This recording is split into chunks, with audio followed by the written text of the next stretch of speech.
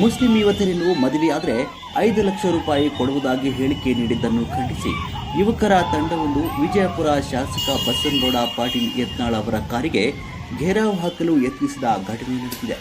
ಜಿಲ್ಲೆಯ ಆಲಮೇಲ ಪಟ್ಟಣದಲ್ಲಿ ಬೆಂಗಾವಲು ಕಾರುಗಳೊಂದಿಗೆ ಹೋಗ್ತಾ ಇದ್ದಾಗ ಕೆಲ ಯುವಕರು ಯತ್ನಾಳ್ ಕಾರಿನ ಎದುರಿಗೆ ಬಂದು ಸುತ್ತುವರಿಯಲು ಯತ್ನಿಸಿದ್ದಾರೆ. ಈ ವೇಳೆ ಪೊಲೀಸರು ಯುವಕರನ್ನು ವಶಕ್ಕೆ ಪಡೆದುಕೊಂಡಿದ್ದಾರೆ.